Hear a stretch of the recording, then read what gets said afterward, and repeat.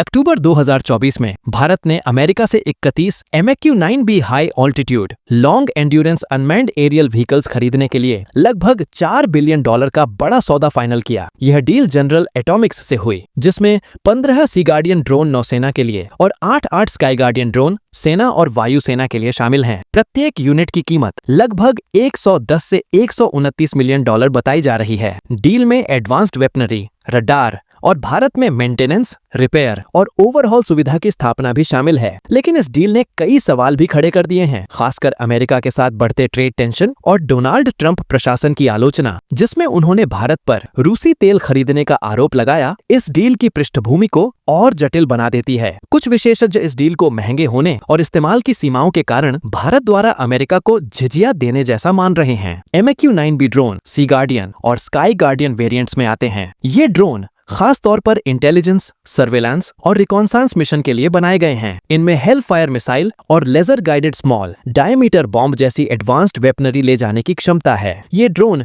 40,000 feet की ऊंचाई पर ऑपरेट कर सकते हैं और 40 घंटे तक लगातार मिशन में रह सकते हैं। भारत के लिए यह खरीद चीन की गतिविधियों की निगरानी और इंडियन ओशन रीजन में चीन की बढ़ती नौसैनिक उपस्थिति के खिलाफ रणनीतिक जरूरतों को पूरा करती है। नौसेना के लिए ये ड्रोन विशाल समुद्री क्षेत्रों की निगरानी मैनेड ड्रोन की तुलना में कम लागत में कर सकते हैं। भारतीय नौसेना ने पहले ही नवंबर 2020 से 2 सी गार्डियन ड्रोन लीज पर लेकर ऑपरेशन किया है, जिनका उपयोग समुद्री निगरानी और एंटी सबमरीन वॉरफेयर में किया गया। यह डील अमेरिका के साथ रक्षा सहयोग को और मजबूत करती है, जैसा कि प्रधानमंत्री नरेंद्र मोदी और राष्ट्रपति जो बाइडेन के बीच 2024 के क्वाड समिट में चर्चा हुई थी। लेकिन डील की लागत और ऑपरेशनल लिमिटेशन पर सवाल उठ रहे हैं। 110 से 129 मिलियन डॉलर प्रति यूनिट की कीमत इसे दुनिया के सबसे महंगे ड्रोन प्रोक्योरमेंट में शामिल करती है। तुलना में भारत का तपस BH-201 बहुत सस्ता है, हालांकि प्रदर्शन में कमजोर। महंगी कीमत में drone, advanced weaponry,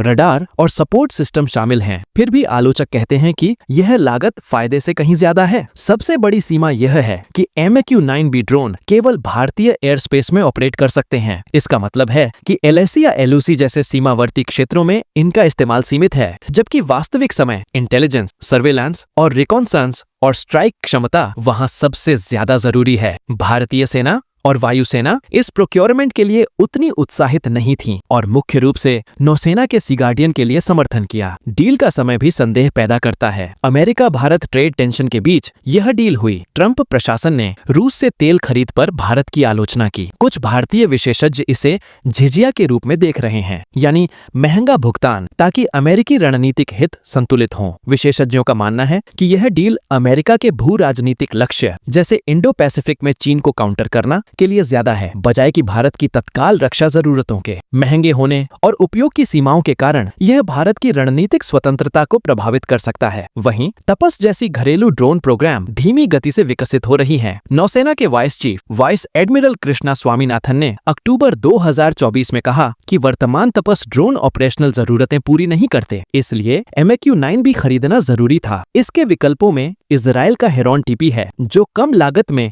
intelligence, surveillance और रिकॉन्सांस और स्ट्राइक क्षमता देता है। भारतीय निजी क्षेत्र जैसे अदानी डिफेंस और भारत फोर्स भी मेंटेनेंस, रिपेयर और ओवरहॉल और ड्रोन विकास में सक्षम हैं। आलोचकों का मानना है कि MQ-9B पर खर्च हुए $4 बिलियन को घरेलू ड्रोन प्रोग्राम में निवेश करके विदेशी निर्भरता कम की जा सकती थी। अमेरिका भारत ट्रेड वॉर की संभावना भी इस डील को और जटिल बनाती है। अगर ट्रंप टैरिफ या ट्रेड रेस्ट्रिक्शन लगाए तो महंगे डिफेंस सौदे मुश्किल हो सकते हैं। झिझिया की कहानी भारत की रणनीतिक स्वतंत्रता के सवाल को दर्शाती है। जबकि अमेरिका चीन को काउंटर करने में अहम पार्टनर है, भारत रूस के साथ भी संबंध बनाए रखता है।